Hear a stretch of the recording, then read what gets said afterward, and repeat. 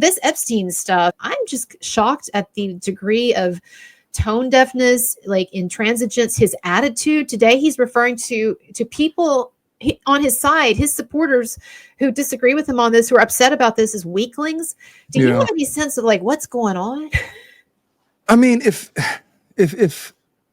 he's trying to just like move on, like the way that he's going about it is forcing people to dig deeper. I think like where people draw the line, red or blue, is they don't like pedophiles. And if you're trying to brush that under the rug, like he campaigned largely on, I'm going to release the JFK files. And then they asked him, are you going to release the Epstein files? He's like, yeah, but maybe not so much. I know.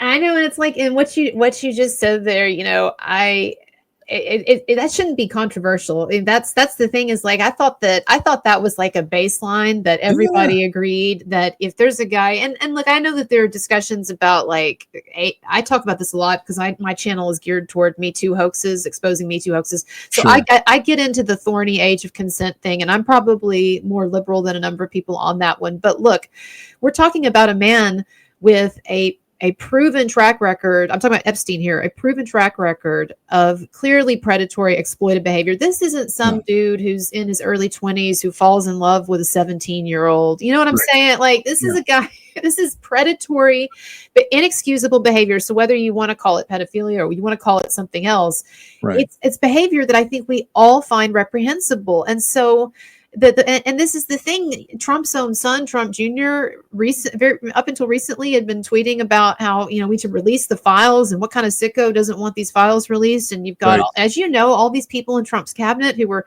talking one way and suddenly talking another. And Pam Bondi's been flip-flopping back and forth like a dozen times on this. Like, do you think that there really is some kind of a deep conspiracy? Are we seeing utter incompetence, or are we seeing what's going on? No, I think that I honestly think that the people in Trump's cabinet were down to release the files.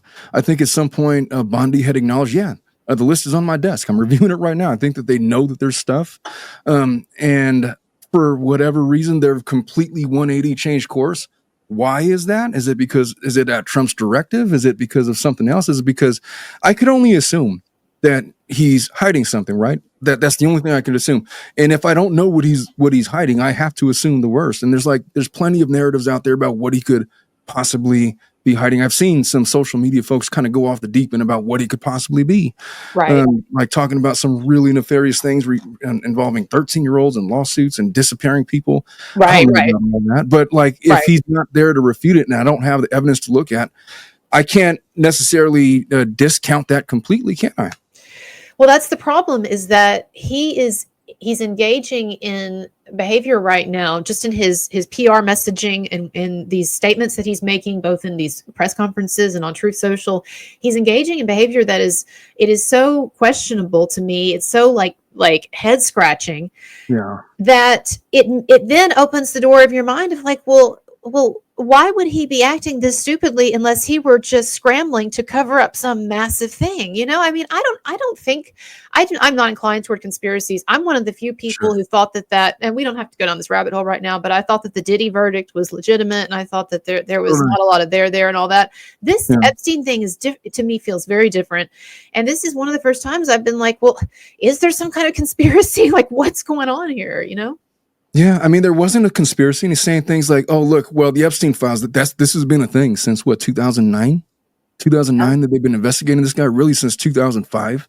Like there is binders upon binders of files on this guy, and he didn't have a problem with it back in 2016 to 20. Like back then, it was still sort of a real thing. Ghislaine Maxwell went to prison for 20 years, and I heard. I mean, I don't know how much he's actually pursuing. I heard noise that he's pursuing pardoning her. I don't know how real that is, but I know she's trying to appeal something. Well, I think Trump probably, I think that there's no way that he can pardon her now, because that'll just increase the conspiratorial talk around him. That would be the exact wrong move to do right now. You know what I mean?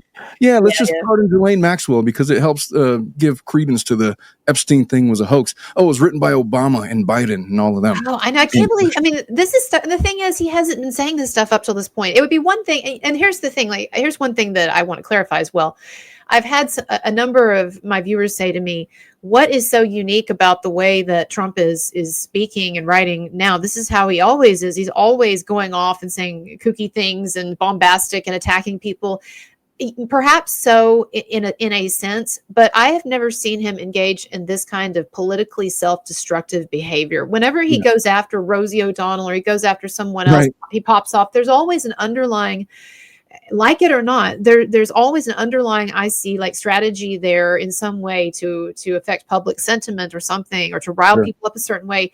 What I'm seeing now, it looks like he's panicking, and like it's to me, it's a different situation. The political self-destructiveness of this, the tone deafness, his stubborn persistence in insulting now his own base. I mean, that to me, this is truly unhinged behavior. Well, I think it's just, I mean, he's done this really since, I don't know, as long as he's been running for political office, back in 2014. He's always just kind of just swept things under the rug, or just change the narrative, or make up a funny nickname for whatever cause he doesn't like. And he's been able to get away with it because people were largely able to, look, they'll take the good and the bad, and largely what he was trying to change the narrative of was palatable. Right. But you're not going to take a poll and find 50% of folks that are okay with letting a pedophile walk. No.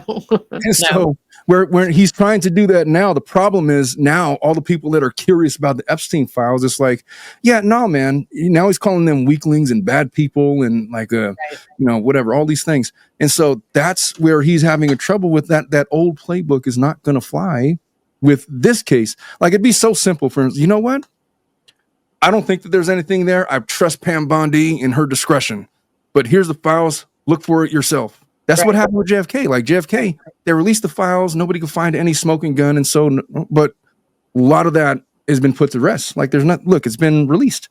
Do the same thing with the Epstein files. If it's really that frivolous, if it's really nothing there, then just release it. Let people make their own opinions. But he's not. He's hiding it, and he's burying it, and he's insulting people's intelligence. Like, you can't just all of a sudden say this was a hoax when you were running on the fact that you were going to release all this stuff, because now it looks like you're hiding stuff, and now we're suspicious of you. Like, what is in there about you? And so I think that's the problem that he's having. Yeah, it's the instability here, the constant sort of whiplash back and forth. You know, I had this debate with my boyfriend here the other night. His name's Dustin. Dustin and I had this debate on the 7-hour live stream that I did the other night. People should check that out. I'll link to it below. But we had a debate about this because Dustin is right of center. And he's not a MAGA diehard or anything like that, but I would say he's a Trump supporter. He feels like Trump, as opposed to anyone else, is trying to move the country in the direction that he wants to see it move in, right? And so what he said to me was, I don't care if Trump is in the files, because ultimately it's not affecting me in terms of policy. I don't see any other alternatives to Trump in terms of people who are actually going to try to get some of this shit done, like with immigration and things like that. I don't know how you feel about that, but he's very pro-immigration reform and so forth. He said, I don't see anyone else who's going to get that done. And so and what he said was, look, you don't think these other presidents were bad guys? And like, I know. Yeah, I know Kennedy was like a hound dog or whatever. And probably if he were alive today, he'd be accused of sexual assault or what have you. I get it. The whole thing. I get it. But it's not just at this point about the crime, which, by the way, it's one of the worst crimes, right? People care about minors, they care about kids, but also it's the insulting now. It's the blatant gaslighting and insulting of the intelligence of his own voters. Like, people just don't stand for being slapped in the face like that. They just don't. Yeah. No, and you know what? His arguments, I feel like that's what a lot of Trump supporters have said. Like, look, he's advancing all of the narratives that I want him to advance. You know, immigrants are bad. Let's go after all the illegals. Let's deport everybody. He's good for the economy. He's doing all this stuff. But since he's been in office, like, all of that stuff has just been inverted on his head. And now we got this Epstein thing. I just feel like now, we draw the line at pedophiles. And I think that's the problem he's having. He can't. Yeah, I mean, sure, Clinton was a hound dog or whatever, and Monica Lewinsky and JFK and Marilyn Monroe and all of that. And I mean, sure, dig up dirt on whatever president you want. And Trump is going to get away with a lot, but he ain't getting away with pedophilia if he's on that list. And that's what we don't know. And that's what's bothering people. And then he's insulting all of our intelligence by name calling and all of that. That only will take you so far. Right. I agree with you.